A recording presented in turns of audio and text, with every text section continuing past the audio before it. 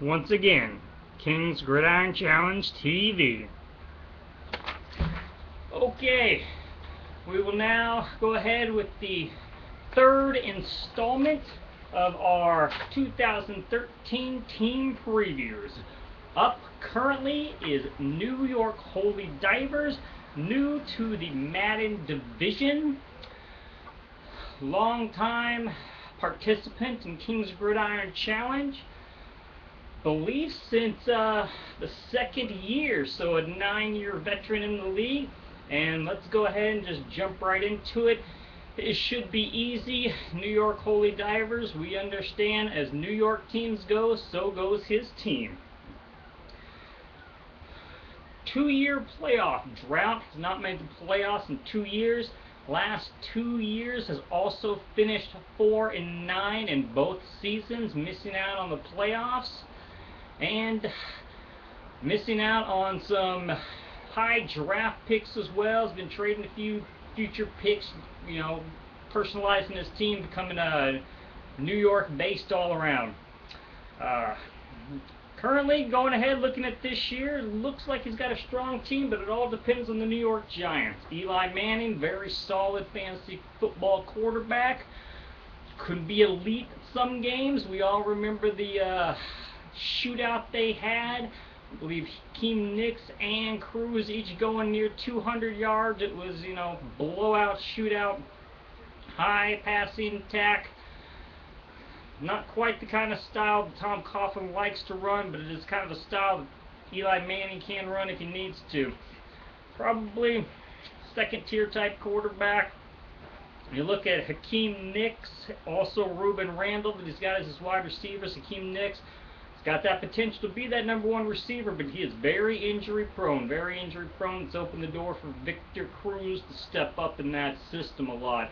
Rueben Randle, this guy's got a chance to be a #3 receiver for him and put up some good numbers. The teams, watching Nicks and Cruz could open the door for a big season for Rueben Randle. This young kid could also be the #1 receiver for the New York Giants in the future here, especially with Cruz mainly the slot receiver there, not quite the outside as much. David Wilson, got a chance to be a good, solid running back. Pass protection is going to be huge for him. That's the only way he stays on the field consistently, but he has big playability, not only in the run game, but also the passing game and kickoff returns as well. He had some big kickoff returns last year to put up some points. If he's that featured running back, those return yards aren't going to be there for him, though, most likely. New addition that Holy Divers brought on board was Brandon Myers. He had a breakout season last year for the Oakland Raiders. Carson Palmer found him 79 times last year. Eli Manning, hasn't had that solid tight end for a couple of years now. Bennett was pretty good last year, didn't quite hit elite numbers. He's gone, leaving the door wide open for Brandon Myers. Aaron Robinson, a young tight end that they say is going to see some playing time this year. We'll see how much playing time he actually gets. Some people are calling him the Jason Pierre-Paul of tight ends. That's pretty big hype right there. Not sure if he can live up to that. That's really stretching it there. Also, the starting lineup looks like C.J. Spiller. Now, this guy has got potential to be a top 5 fantasy running back. Average some ungodly number over 6 yards a carry when he touches the ball on limited carries. Offensive coordinator in Buffalo says they're going to hand him the ball and give him the ball until he throws up. I'd be worried about him breaking down and having some injuries if they're going to give him the ball that often. But, got to go ahead and see how that season plays out. He's got a chance to put up big numbers in not only the running game, but receiving as well. He is a threat to take it the distance on any given play. Also, New York Giant defense, pretty solid defense New York Holy Divers has. They do have to go up against teams like Dallas, Washington, and the Eagles. 6 out of their 16 games this year.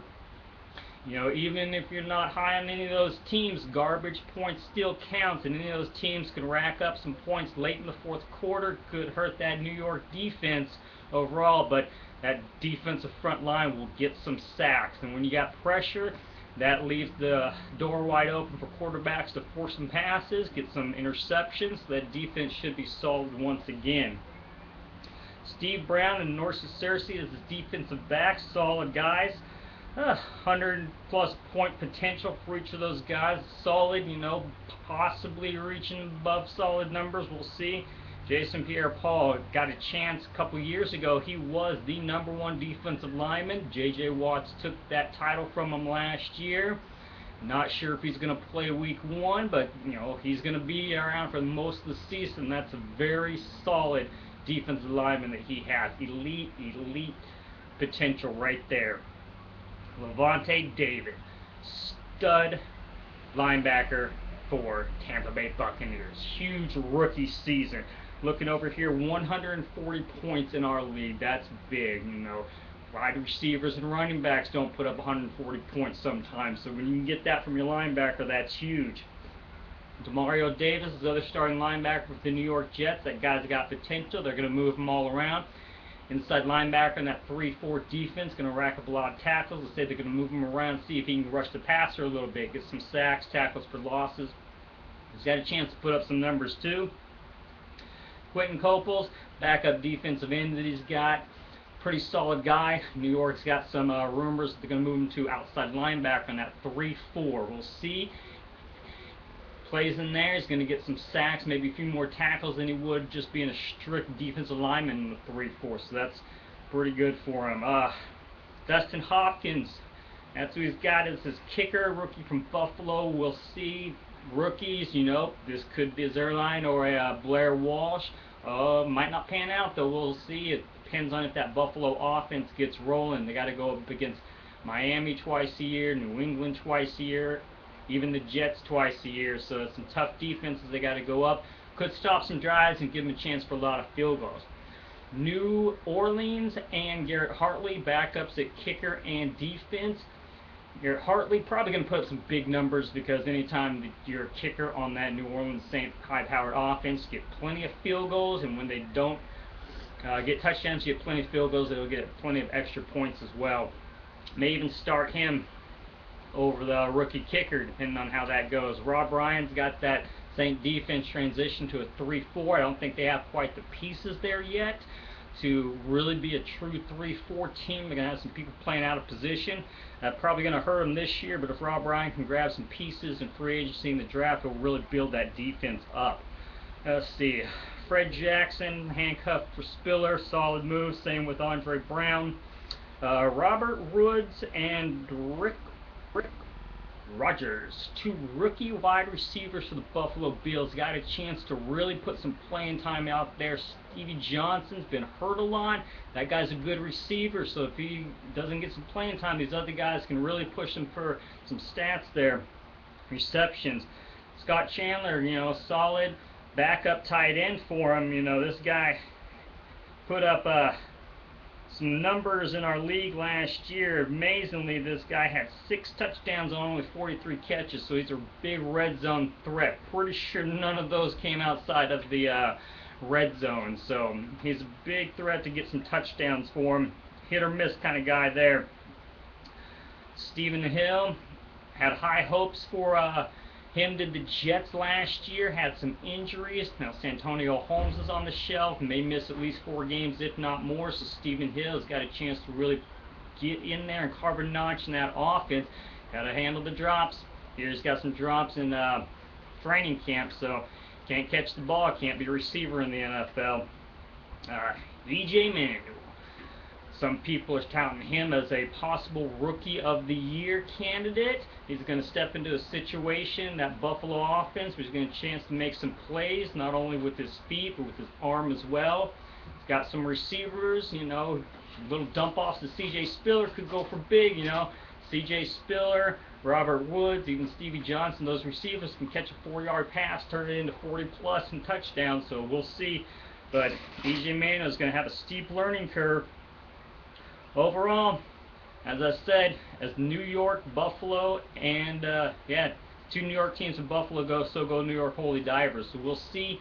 All depends on those teams. It's going to hit it big some weeks, going to hit real low some weeks as well. Overall, new opponents in the Man division, back-to-back 4-9 records, even with these powerful offenses that the Giants have had. Even Buffalo throwing the ball all over the place, coming from behind. This guy's probably going to push for 500. I think that might be even a little high expectations, but 6 and 7 seasons, probably going to be around that 5 and 8 maybe. He's got to go up against some tough teams in his own division, some tough interconference games as well. New York Holy Divers, probably going to be right on that cusp bubble of the playoffs, so we'll see. A game or two goes his way, then, you know, he could sneak in, and you sneak into the playoffs, anything can happen. But we're going to say it's going to be a fight all year for the New York Holy Divers, but New York fights, they're survivors. We'll see what they do. Next up will be Bowman Express 1972.